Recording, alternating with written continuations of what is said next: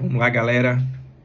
Wellington Lisboa, que mais uma vez deixando a minha contribuição, até porque esse vídeo é o cunho social. Vamos tratar agora da nova lei 15.358 de 2026. Essa lei é um marco com relação ao direito criminal e direito processual brasileiro. E eu vou lhe apresentar um crime que essa lei nova criou do zero, porque todas essas mudanças gravitam em torno de todo esse conceito. E o crime que eu estou falando é o crime de domínio social estruturado, previsto no artigo 2º da nova lei.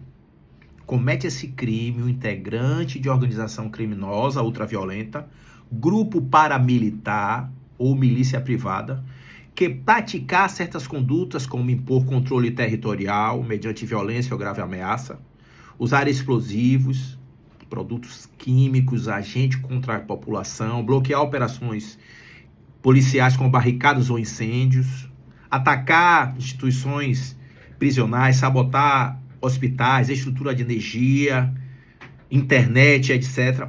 Pena de 20 a 40 anos. Pense bem, uma facção que impõe toques de recolher aos moradores, que controla o funcionamento dos comércios, que monta barricadas para impedir que a polícia adentre ali naquela comunidade. Cada uma dessas condutas praticadas por integrante dessa facção configurará esse crime do artigo 2º da nova lei 15.358 de 2026. E tem alguns aspectos que você precisa saber desta lei. Qual a definição de organização criminosa ultraviolenta? Está no artigo 2º, parágrafo 2º.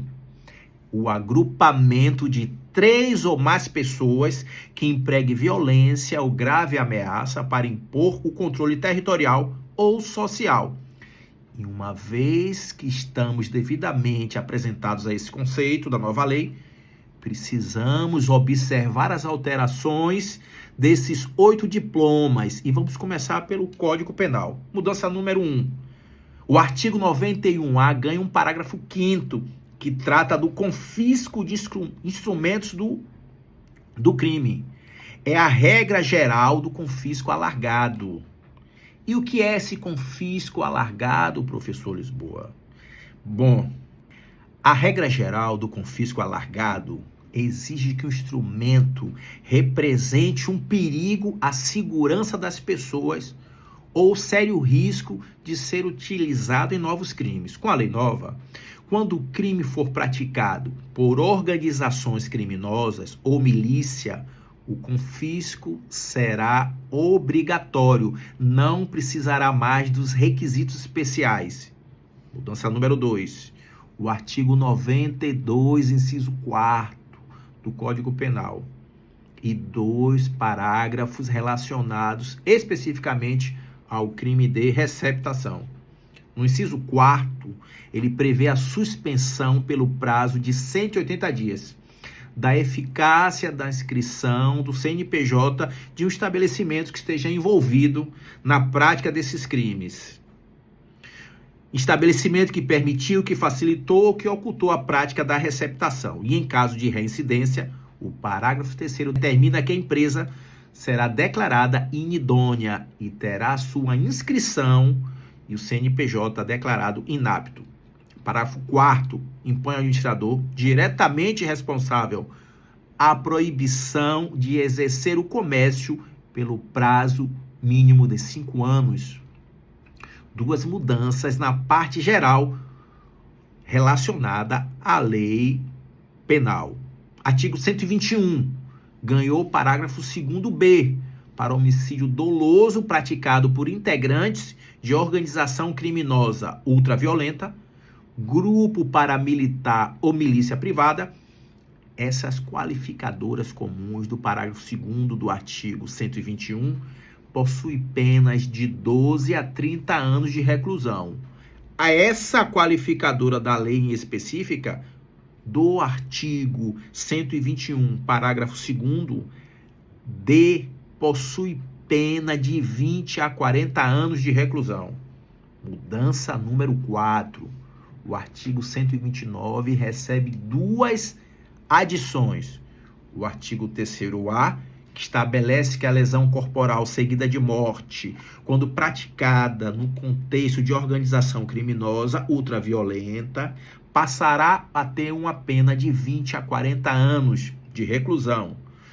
E o parágrafo 8º-A, que determina que as demais lesões corporais praticadas por integrantes de organizações criminosas, milícia ou grupo paramilitar, aquelas que não resultarem em morte, terão a pena aumentada em 1 a 2/3. Mudança número 5. Um novo tipo penal do artigo 147-C. Ameaça. Tipo penal autônomo. Reclusão de 1 a 3 anos. A ameaça nesse contexto terá uma pena sensivelmente maior do que a ameaça comum do caput do artigo 147. Aqui, a pena será de reclusão de 1 ano a 3 anos. Mas cuidado, não é uma qualificadora do 147 caput. É um crime autônomo. 6ª mudança no Código Penal. E não perca as contas. O artigo 148 ganhou um parágrafo 3º para o sequestro e o cárcere privado realizado por integrantes de organização criminosa ultraviolenta, grupo paramilitar ou milícia privada. Com essa nova qualificadora, a pena será de 12 a 20 anos de reclusão. Mudança número 7. O artigo 155 do Código Penal, o furto, ganha um parágrafo novo. O parágrafo 9. No contexto de organização criminosa, esse crime terá uma pena de 4 a 10 anos e multa. Agora vem o artigo 157, o roubo, mudança número 8. O roubo recebe 2 novos parágrafos. Parágrafo 4º, que estabelece que se a violência ou a grave ameaça for praticada nesse roubo por integrantes de organizações criminosas ultraviolentas, aplica-se a pena do caput no triplo, desprezadas as demais causas de aumento de pena. Então, triplicou o caput de acordo com essa nova lei. Aí nós teríamos uma pena de 12 a 30 anos. Parágrafo 5º, ele trata do roubo praticado por organização criminosa com o emprego de arma de fogo e o resultado, morte. Aí a pena será de 20 a 40 anos e multa. 9ª mudança. O artigo 158 ganhou um parágrafo 4º. Extorsão praticada por integrante de organização criminosa ultraviolenta ou milícia privada ou grupo paramilitar, aplica-se também o triplo da pena do caput do artigo 158. A pena será reclusão de 12 a 30 anos. Agora vamos à 10ª mudança. Artigo 159. Ele ganhou o parágrafo 5º para extorsão mediante sequestro, também praticada por organização criminosa ultraviolenta. A pena será aumentada de 2/3. E o artigo 180, que trata da receptação, houve uma pequena substituição. Sai o parágrafo 5º, que previa a redução de pena na receptação privilegiada, em determinados casos, e entra o parágrafo 8º, que aumentará a pena em 2/3 quando essa receptação for praticada no contexto de organização criminosa ultraviolenta. São essas as 10 alterações que eu gostaria de compartilhar com vocês. Agora eu vou tratar das alterações nos crimes hediondos. Lei 8.072 de 1990, artigo 1º. Domínio social estruturado, crime hediondo, ou favorecimento ao domínio social estruturado, também crime hediondo. Artigo 2º e artigo 3º da Lei 15.358. Logo, esses crimes são insuscetíveis de fiança, de anistia, de graça e de indulto, além de ter percentuais maiores na progressão de regime da Lei de Execução Penal. Pesou. E em se tratando de lei de execução penal, as alterações trazidas por essa nova lei é gigante no que tange à LEP. E eu vou observar algumas alterações. Primeira alteração, o artigo 41A, monitoramento de visitas. Já pensou? Precede que os encontros no parlatório e em meio virtual, preso de organização criminosa ultraviolenta, terá captação audiovisual e gravação.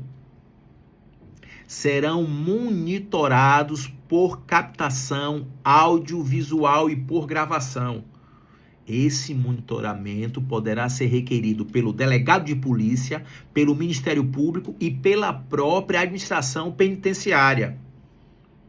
Segunda mudança na LEP, o artigo 41B, que trata das comunicações entre o advogado, o causídico e o seu representado, quando houver a suspeita de que o advogado e o seu representado estão em conluio para a prática de crimes, e o juiz autorizar o monitoramento dessa conversa entre eles, ou seja, de ambos, quem é que vai analisar o conteúdo? É o juiz das garantias e não o juiz do processo, da instrução. O juiz da instrução não receberá o conteúdo por completo. O juiz das garantias vai primeiro analisar tudo aquilo, ver o que é lícito e o que é pertinente, o que poderá ser utilizado como prova contra o representado do advogado, e o que for declarado ilícito será descartado pelo juiz das garantias, e o que sobrar, o que prestar, será encaminhado para o juiz de instrução processual. E o parágrafo 3º é extremamente claro. Ele fala que o conteúdo indeferido e declarado ilícito não poderá ser acessado de forma direta ou indireta pelo juiz da instrução e julgamento. Mudança número 3, o RDD, Regime Disciplinar Diferenciado. Parágrafo 6º do RDD, da LEP. A visita dos advogados no RDD, os advogados, as suas visitas passarão a ser gravadas em áudio ou em áudio e vídeo, com autorização judicial e acompanhados pela Polícia Penal. Acabou a privacidade. Quarta mudança na LEP. O artigo 86, parágrafo 3º. Prazo judicial com relação à alteração. Ele determina que o juiz competente terá 24 horas para decidir, a requerimento da administração penitenciária, qual estabelecimento prisional será adequado para receber o preso. E o parágrafo 5º, que trata das situações de emergências, motim e rebelião e gravidade à vida, nesses casos, a administração penitenciária poderá promover a transferência imediata do preso, sem precisar aguardar uma decisão judicial realizada pelo magistrado. Comunica ao juiz e esse juiz vai decidir dentro do prazo de 24 horas sobre o destino desses presos. Quinta e última mudança, gigantesca essa. O artigo 112, ele trouxe novos prazos para a progressão de regime. Vamos lá. Tudo com um percentual de 70% para cima. Primeiro, progredirá de regime com cumprimento de 70% da pena o condenado primário de bons antecedentes por crime hediondo equiparado terá que cumprir 70%. 75% de cumprimento de pena para quem exerceu o comando de organização criminosa ultraviolenta estruturada para a prática de crimes hediondos, com a proibição de livramento condicional. 75% da pena tem que ser cumprida.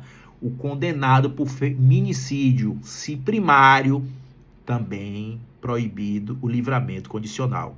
Antes desse cumprimento, 80% da pena, o reincidente em crime hediondo, e 85% da pena cumprida para o reincidente em crimes hediondo com resultado morte.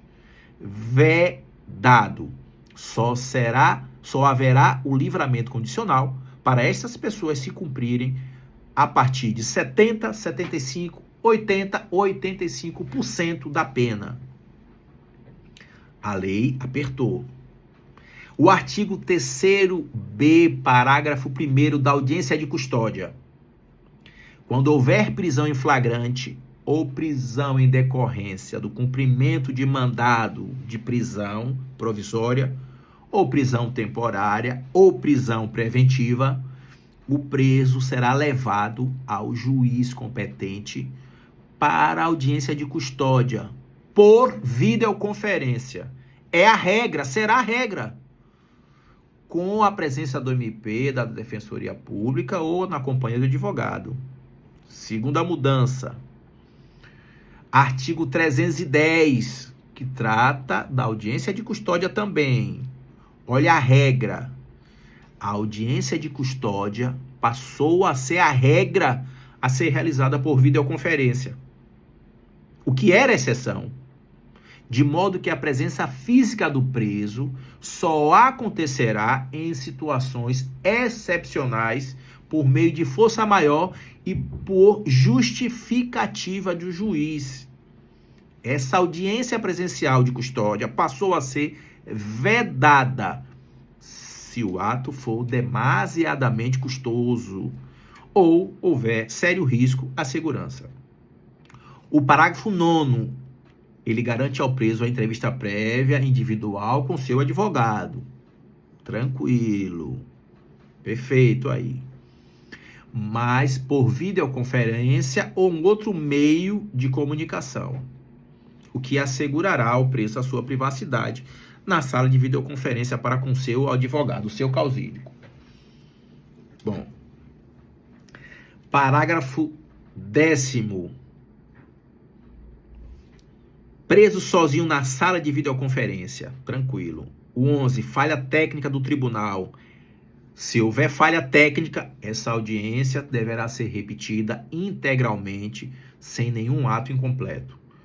E o parágrafo 7º, ele acrescenta que antes da audiência, o escrevente do juiz deverá verificar se existem processos criminais com citações pendentes em nome do acusado. Por quê? Se houver, o juiz vai proceder à citação pessoal daquele acusado no ato da audiência de custódia e a comunicará imediatamente ao juízo competente que aquele réu foi citado. Agora, mudança número 3 no CPP. Polêmica. Modificação no artigo 78, inciso 1. A competência do tribunal do júri. Os crimes dolosos contra as vidas para o tribunal do júri. A esses crimes houve uma exceção reconhecida. Eu acho um absurdo. Os crimes cometidos por membros de organizações criminosas ultraviolentas, no contexto do artigo 2º da Lei 15.358 de 2026, esses crimes não serão julgados pelo tribunal do júri. Serão julgados pelas varas criminais colegiadas, nos termos do parágrafo 8º do artigo 2º da Lei 15.358 de 2026. Constitucionalidade discutível acredito que o STF irá se manifestar. Vamos ver o que é que vai acontecer. Entendo que a constitucionalidade desse artigo da Lei 15.358 é duvidosa. Vamos ao artigo 313. 313 ganhou o inciso 5º, prisão preventiva. Passou a prever uma nova hipótese de admissibilidade da prisão preventiva quando o crime for praticado também por integrantes de organização criminosa ultraviolenta, grupo paramilitar ou milícia privada. Mudança número 5, no CPP, artigo 584, parágrafo 4º, relação ao rese, o recurso em sentido interposto contra a decisão que interfere em prisão preventiva ou revoga a prisão preventiva, passou a permitir que o recorrente solicite ao tribunal, a qualquer tempo, até o julgamento, efeito suspensivo ou efeito ativo ao recurso, demonstrando a plausibilidade do direito, o risco de dano ao resultado útil do processo ou dano irreparável ou de difícil reparação. Ou seja, se antes o MP não poderia entrar, por exemplo, com mandado de segurança para dar efeito ativo ao recurso, ao rese, de uma decisão do juiz que indeferiu ou que revogou uma prisão preventiva, agora ele poderá fazer o pedido de efeito ativo ao tribunal e o MP poderá determinar, antes mesmo do julgamento do mérito, do recurso sentido estrito ou rese, antes de uma prisão cautelar. E a lei de droga? Na lei de drogas houve uma mudança. O artigo 40A da lei de drogas, da lei 11.343 de 2006, as penas do tráfico no artigo 33 ao 37, a pena passa a ser aplicada em dobro, mais arma de fogo, em concurso material. Ou seja, apenas se somam independentemente de uso direto.